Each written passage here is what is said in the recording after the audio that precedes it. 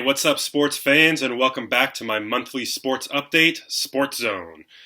So we've got about a week left of September here, and got a lot of things happening in the world of Seattle sports and outside of Seattle as well.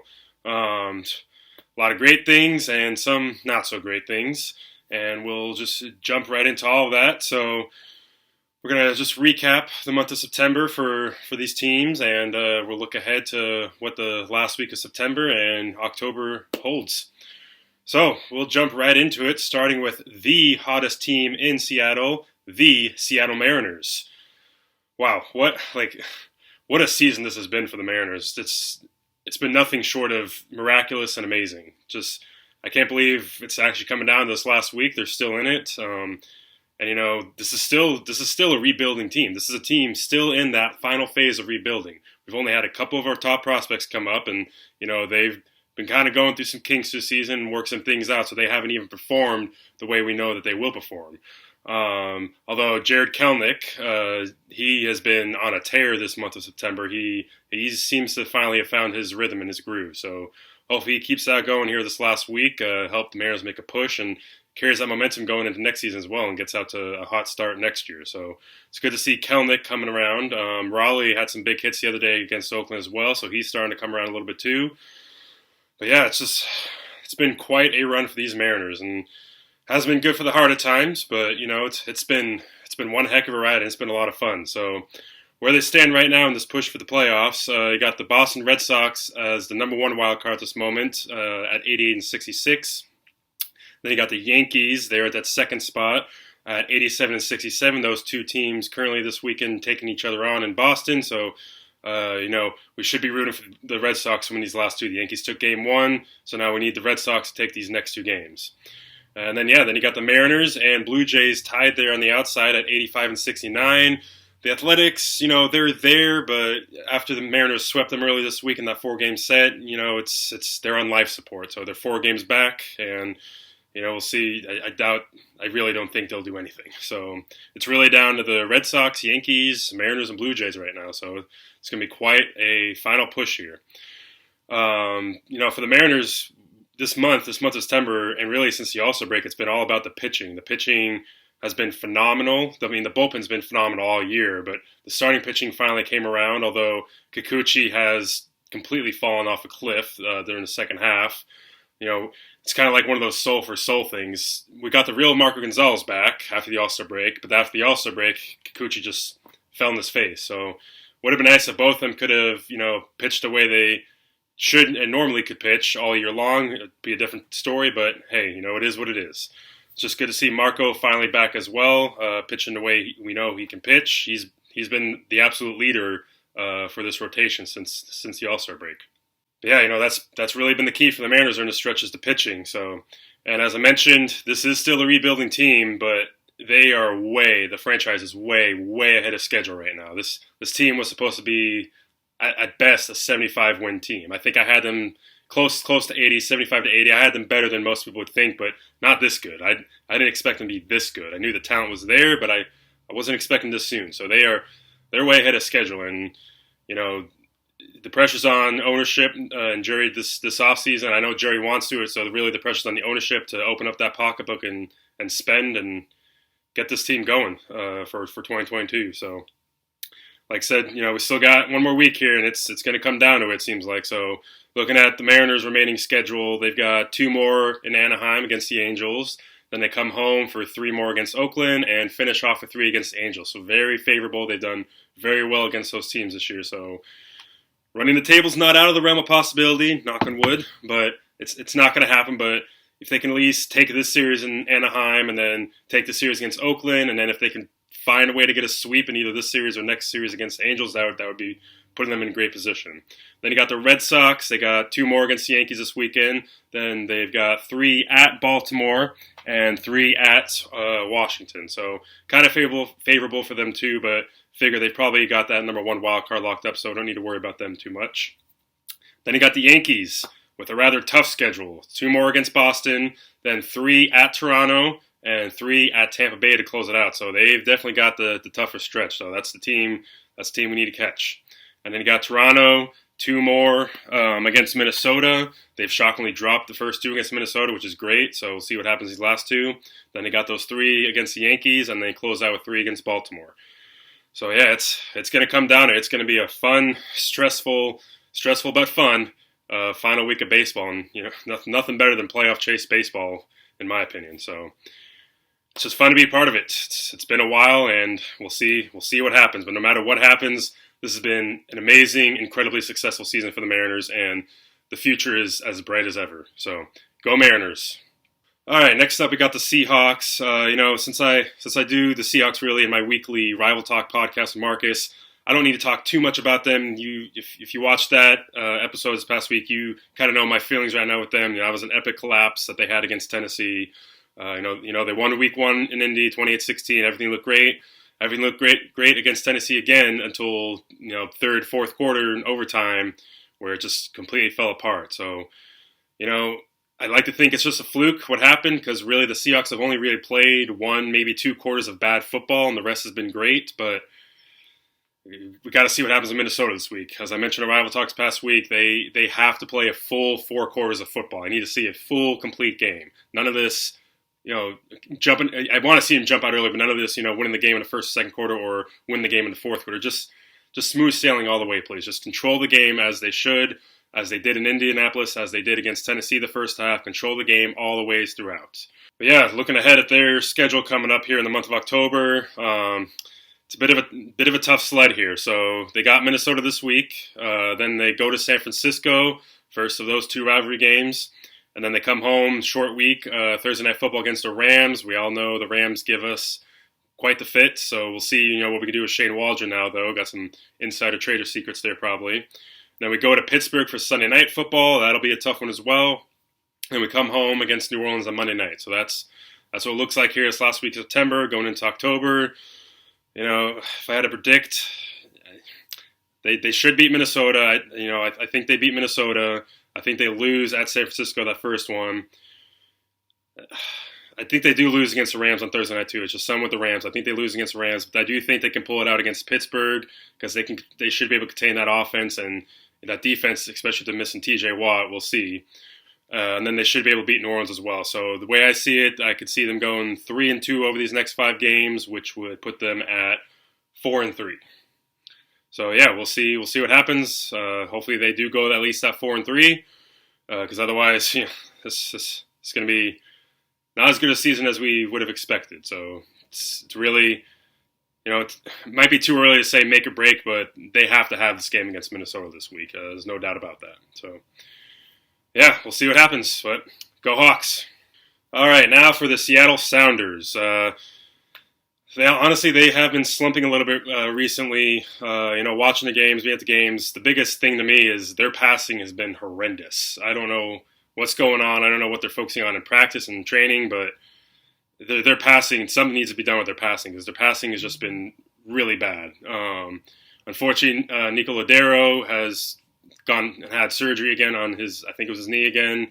So I don't know what's happening there. And even when he was playing, the last couple games, he really didn't look like himself. He didn't really look that good. So maybe just shut him down for the rest of the season. The Sounders have been managing well without him. I know don't get me wrong, the Sounders need him, and they're a much better team when he's on the pitch. But we need a Nico Lodero at 100%, not at 70 or 80, because the difference is noticeable. So yeah, just the passing's got to get better. The defense, the back line, Stephen Fry being back is great, still great back there, but just got to be better with the passing. This is a team that really, they're not a team that really relies on having possession of the ball. They're more the attacking on the counterattacks. So since they are that team that kind of relies on counterattacks, they got to have the passing down. So they got to figure that out, because if they're not making better passes, their counterattacks are going to suffer, and that's really the Sounders' game, is hitting it on the counterattacks. So we'll see what they can do, but over the last month they dropped another one to Portland at home again. I don't know, just can't seem to beat Portland at home, but they dropped that one 2-0. They did beat Minnesota 1-0. Then you had the League Cup semifinal against Santos Laguna with Rui's winner at the death. They won that 1-0. Then they went and lost to Real Salt Lake 1-0. And just troubles in Real Salt Lake and never win there. And then just recently the heartbreaker to Leon in the League's Cup final, where they lost 2-3 with some some really awful officiating in that match. I don't know what that was, but regardless, no excuses. Sounders could have had that match. But yeah, so currently the standings in the West, you got Kansas City right on top of Seattle. I think they played one more game than them, though, so they're at 46 points. Seattle's got 45 points. And then Colorado's come out of nowhere right underneath them at 44. So those are really the three teams battling for the top spot in the West. So looking ahead, it's a jam-packed October for the Sounders. They got a lot of games coming up. So closing out September, facing Kansas City in Kansas City, so that's going to be a big one. Right ahead of the Sounders there. Then they go to San Jose. Then they come home against Colorado and Vancouver. And then they go back on the road to Houston and Colorado. Always have problems with Colorado, so hopefully we can win a few before that game. And then come back home to face Kansas City again and LAFC, who we always love facing. So yeah, we'll see what the Sounders can do if they can kind of get out of this rut they're in. And like I said, it's really all about the passing. They've got to get better with their passing because their counter-strike game, their counterattack, that it really relies on being able to get those passes going and get things moving. So yeah, we'll see what the Sounders can do, but hopefully they can kind of figure it out and get back on the right track here. So go Sounders. All right, now for the one that I would like to skip. I really don't care to talk about these guys anymore. I don't know what happened. Apparently I had too high expectations, but Washington Huskies. Oh, man, just come right out of the gates, lose to Montana at home, snapped, what was it, a 20-year or 20 game or 20 years, something like that, streak of winning against, FBS opponents or whatever. I don't know what that was. Then they go and get blown up by Michigan. Shocker, after they lost Montana, I wasn't even going to bother watching that Michigan game.